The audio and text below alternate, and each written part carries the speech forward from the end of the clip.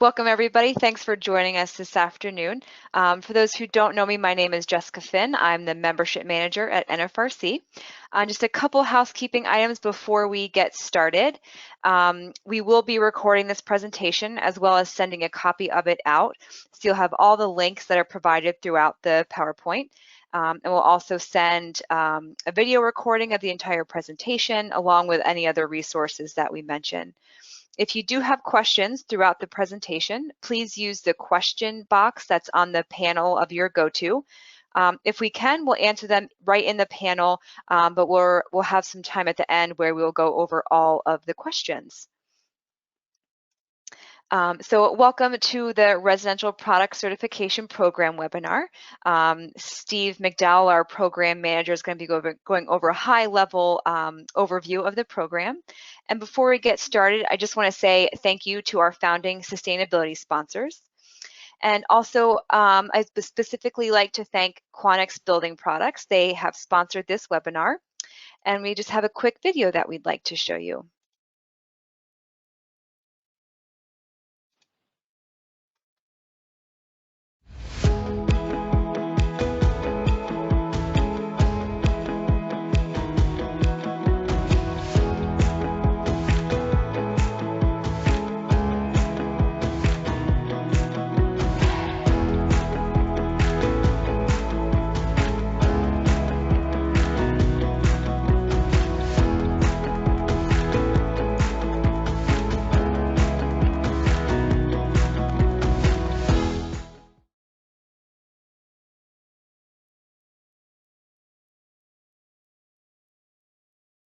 All right, thank you again, Quanix, for sponsoring this webinar.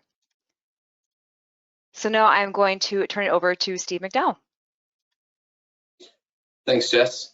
Good afternoon, everyone, or maybe slightly good morning to you guys. As Jess had mentioned, this is going to be a pretty high-level overview of the product certification program. We're not intended to get into the weeds in this presentation. We have a number of other presentations planned to actually go through some of the finer points of the residential program. So before we go through the agenda, I wanted to let everyone know again, just to reiterate that we have a recording going on right now. Everyone will get a copy of that and a PDF of the presentation with active links. So email addresses and different documents will be linked within that PDF. So first and foremost, we're going to have a quick poll just to kind of gauge the audience to see where you are in terms of understanding of the product certification program. Next, we're going to talk about NFRC's history and introduction in a brief manner. We're going to introduce you to key staff that you'll probably be interacting with on a regular basis. Also, just giving you a general overview of the product certification program, some required actions on your part as manufacturers, so maintenance. So we're talking about contact information and product maintenance itself. We're also going to talk about some affiliated programs. Some of you have already made that connection. So we're talking about Energy Star and some other thermal certification programs. We're also going to be providing you with some information about other resources that are available to you. Talking about the difference between members and participants. Talking about 2022 annual calendar for NFRC. So we have a number of events for 2022. So Jess will be covering that. And then we have a dedicated question and answer session at the end. So let's get started with a poll. So I'm hoping that everyone has access to this right now. We have a couple different options here. So hoping in the next minute that everyone can participate and provide some feedback. And you get to look at my face while we're doing this. So.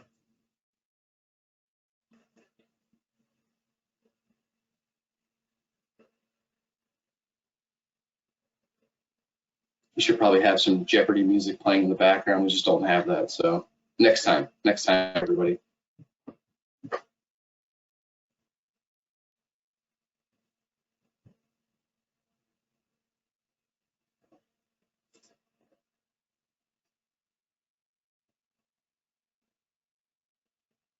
Come on, get your answers in. Let's go.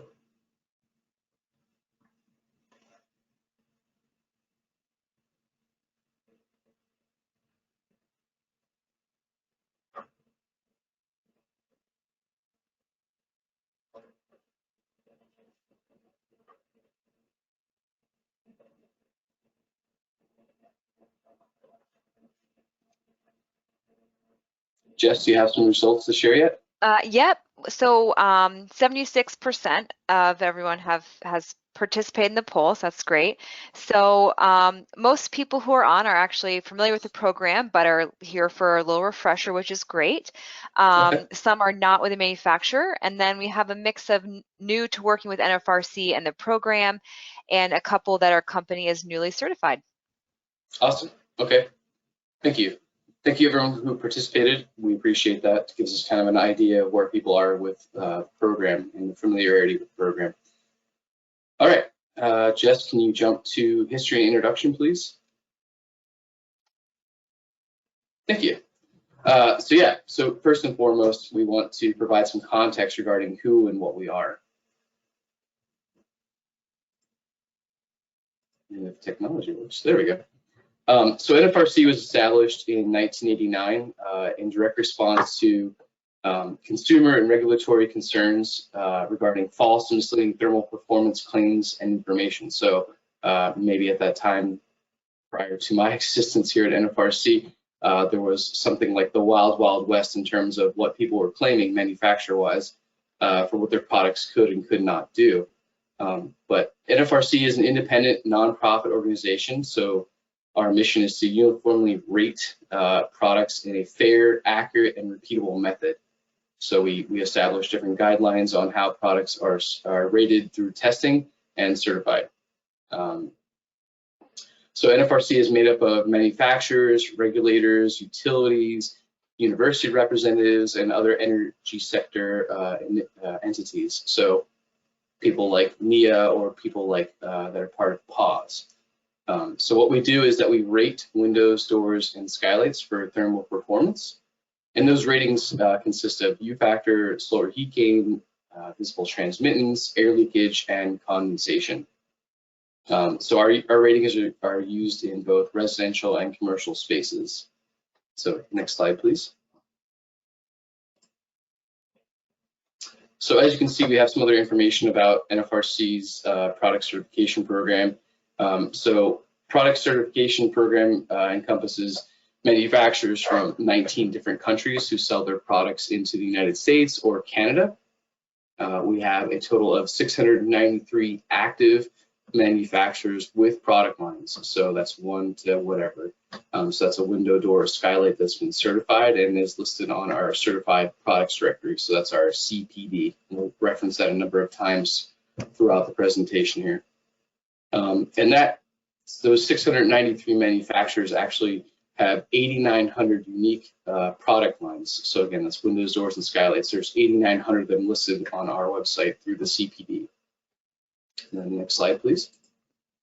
In this section, we want to provide you some names and faces to familiarize yourself with. So obviously, there's only 5 people on the screen right here. There's a lot more individuals that work at NFRC, but these are typically the people that you'll deal with on the regular basis. So there's myself, Steve McDowell. You have Ariane Jeffrey, who you may or may not have interacted with already. Jess Finn. We have Melissa Graham and Dan Wolmer. And so we wanted to talk about some points of contact here. So as you can see, we have on our screen some general areas where each of the individuals kind of reside. So myself, PCP operations, general questions about the programs and their operation, direct those at me. We also have Ariane Jeffrey, who's our billing manager. And so billing manager is kind of a misnomer. Ariane handles a lot of the onboarding, information maintenance for manufacturers that participate in the program. She also handles the billing aspects. But so Ariane is probably your first point of contact when you have questions, concerns regarding who and what you are and what you do and your name and all that stuff like that. We have Jessica Finn, who's responsible for all of the membership activities, our education, our meetings, and our outreach. And then we have Dan Wolmer and Melissa Graham, who are involved in the FenStar certification program. And we'll talk about that later in the affiliated programs slide. But both Dan and Melissa are key to what we do for Energy Star. So we'll talk about that later. So let's get into the PCP overview. So again, this is just a high-level overview of the product certification program. And we're not going to get into the weeds of this. We have a number of other webinars scheduled for later this year, where we'll actually get into the weeds and provide further context for manufacturers or other entities to actually get in there, understand, and ask questions. So let's look at the NFRC ecosystem.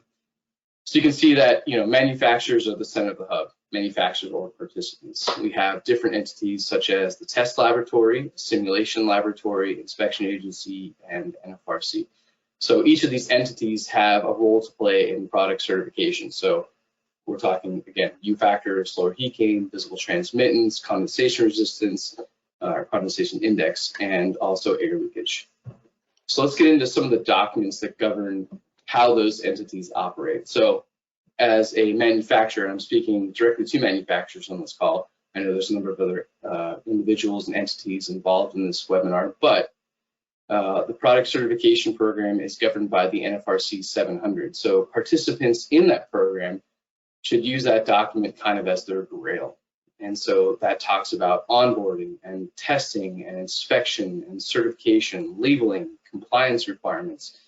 It is not a light read. It is a fairly dense document, but it does cover the product from cradle to grave. And so we encourage manufacturers to at least be aware of the general sections within there, because they'll be held to the requirements of that document. We also have the NFRC 701 document, which explains how the laboratories involved in the ecosystem operate. So we're talking about the simulation and the physical test laboratories. So physical test is just like it sounds. A physical specimen of a product is created and sent to a laboratory. And then in the model space, the simulation laboratory constructs all the different configurations of that product. So if let's say you're in the Northeast, you have a different set of concerns for thermal performance than you do in the Southeast. Obviously, the amount of heat and light and sun and temperature make a big difference. So long story short, the NFRC 701 document governs how the laboratories operate. We also have the NFRC 702 document. So in order to have a product certified, you have to also use an inspection agency. They are responsible for evaluating the test reports that come out of the laboratories and also ensuring that you as the manufacturer have a quality management system and that you're building the product as it was tested. And so there are different governing requirements, and those documents are listed here, and you'll get a copy of this again. So you can understand what your relationship is going to be like with those different entities. We also have a section at the very bottom of this called Impact of Document Changes. So NFRC is a membership-driven organization. Our members drive what we do, how we do it, and what we're trying to accomplish. Our mission, vision, and values are driven by our members. They also influence the documents that govern the program. So different entities have different governance requirements. And so our members are responsible for ensuring that we have a neutral stance, that all entities within the ecosystem are treated equally. And Jess is going to talk about membership versus participation later, but just keep in mind that members are what drive the document changes and help to ensure that things are, again, uniform, equal, and equally applied across the board. So next slide, please. So we talked about different entities. So let's talk about the general flow of a product certification. So you can see that the top line is the initial due diligence phase. So manufacturers are selecting laboratories, they're selecting the inspection agency or inspection agencies, depending upon the number of locations and other factors that we'll get into later. And they also need to contact NFRC to tell NFRC that you're interested in becoming a product certification program participant. As the manufacturer, you have to reach out to different entities to get the different aspects covered. So let's talk about it from the test lab perspective. So you're going to submit samples and documentation to the laboratory. So we've talked about submitting a physical test specimen.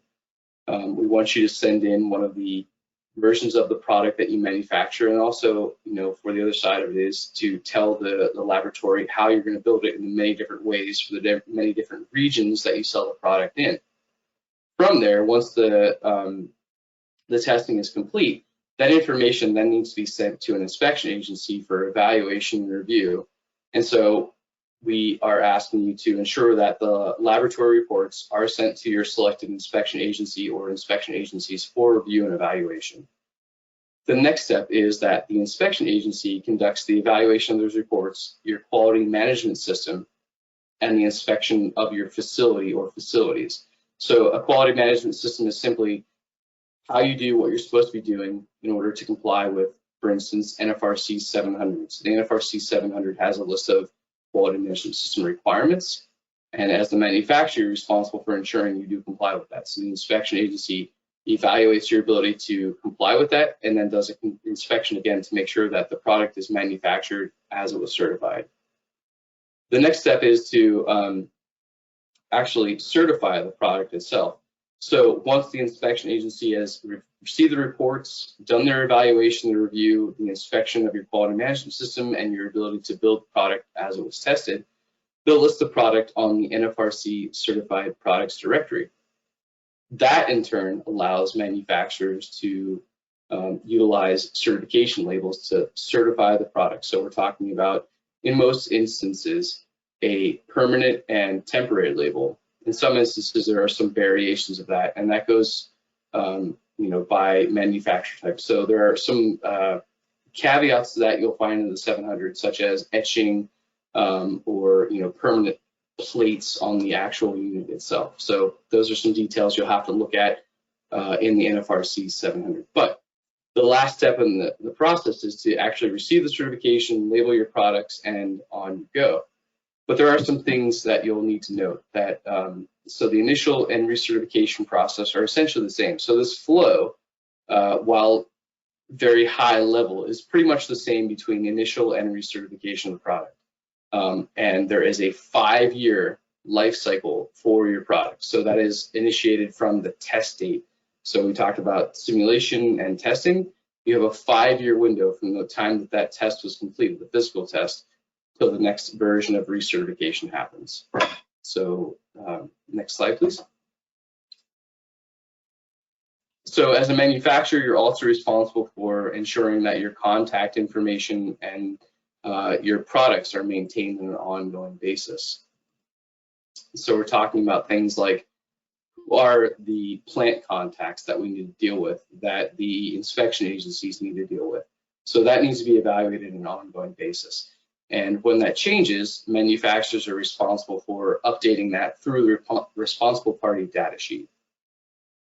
The next type of contact information maintenance that has to happen is for license agreements. So manufacturers in the last couple of years have gone through a lot of mergers and acquisitions, a lot of name changes. So we're asking that manufacturers evaluate what their license agreement says originally for their company name, and then also update that on an ongoing basis. The pandemic has added a lot of new variables to the equation here. Companies have been acquired more so now than ever before. So when the time comes, you'll need to re-execute a license agreement should your company name change or you're acquired or merged with another company. So next slide, please. We also have product maintenance. So we've referenced the Certified Products Directory a number of times. Within the Certified Products Directory, you can do a number of things. So we can update plant locations and also products manufactured at those plants. So we're asking that manufacturers review that on an ongoing basis. And typically that happens when an inspection happens. An inspection agency will ask you, have you reviewed this stuff, and then force the inspection process to force the manufacturers to actually look at this information. So again, we have Schedule 1 and Schedule 2. So number 1 is what plants are manufacturing the products. Number 2 is, are all those products actually manufactured at those plants? So we're asking manufacturers to continually update that information. And then next slide, please. Thank you. So PCP, the Product Certification Program, is the precursor to a number of other programs. And the 2 most notable programs include Energy Star in the US and Energy Star in Canada. So again, in order to qualify for either, you need to be a participant in the Product Certification Program. In the United States, the difference is that You're also required to be a participant in the FinStar certification program, which includes verification testing. And we'll get into that in a separate webinar, but it's important to understand the distinct differences. So Canada allows manufacturers to participate in the product certification program, which is, again, the prerequisite for their Energy Star program, whereas in the US, you also have to participate in the FinStar certification program. I know we've covered a lot of data here. I know that it's probably going to elicit a lot of questions and comments. Keep putting those into the question and answer box, and we'll get into those in different webinars. We'll also try to answer as many questions as we can during this time frame. But now I'm going to turn it over to Jess again. Thank you. Thanks, Steve. So I'm just going to talk a little bit about some of the resources and tools that we have within NFRC that are available to our members and our participants. So the first one I want to talk about is the window selection tool. And we had a whole separate webinar on this earlier this year. So I will link to that so you can watch that whenever you have the time. But the window selection tool is part of the Efficient Windows Collaborative, and it's a tool that lets consumers answer a series of questions and then spits out a list of windows that meet their criteria. So you do have to be in the Energy Star program, but it helps to take your certification and simplify it for consumers. And it also helps you reach more consumers. We have over 5,000 monthly users of the tool. So that's a great thing, a great resource that you have to potentially also list your products. We also have a retailer program. And the retailer program is available to members and non-members. There's a few differences. We have a co-branded infographic that's available to all members.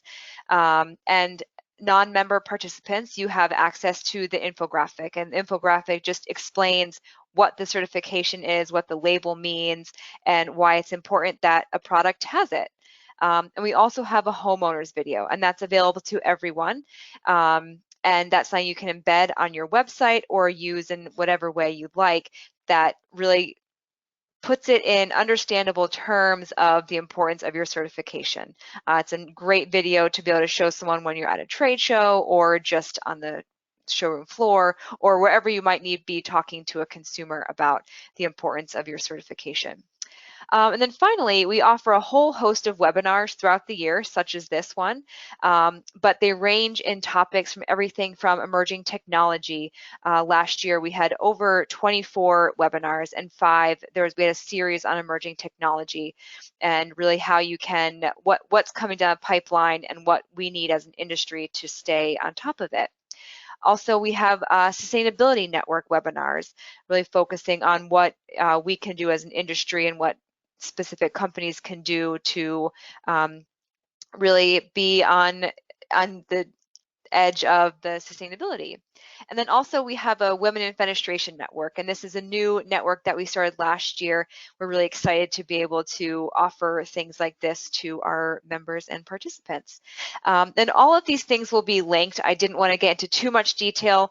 Steve said we'll also be doing a membership webinar a little bit later this year that will focus on each one of these a lot more in depth. But they'll all be linked from this presentation. So if you do want to check them out, we would invite you to do that. And then I also wanted to talk about program participant versus member. Historically, there's a lot of confusion over membership and participation. So a program participant, it means your products are NFRC certified and your products are listed in the certified products directory, and you can label your products. And then we have our membership program, which is optional, and we have approximately 300 members, and they have chosen to support the mission of NFRC. And as Steve mentioned a little bit earlier to the changes in our documents, our members can vote on changes to those documents. And it does not matter whether your company is small or large, every member company gets one vote. So each vote is just as important as the next. So it's a great way to get involved and have your company's voice heard. You also can participate in task groups, subcommittees, and committees. Those changes to the documents start at the task group level and then they move up through the subcommittees and the committees. And companies can have as many employees participate in these groups as they would like. So it's a great way to be involved and also know what's going on. And then there are quite a few other member benefits that you are entitled to, but I don't want to get into all of them this evening or this afternoon. We'll do those on another webinar. But they'll be linked to the membership page right from this webinar. And then just to do a quick overview of our annual schedule, there are, of course, other things that are happening throughout the year, different webinars, different events. But these 5 things will stay pretty constant.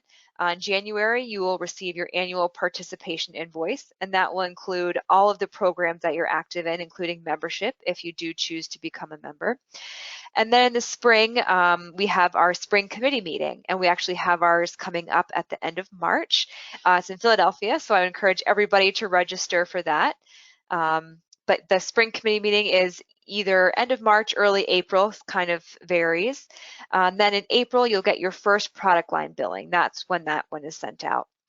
And then we'll skip to the fall. September, October time, we have our fall membership meeting. And that typically is a bigger meeting.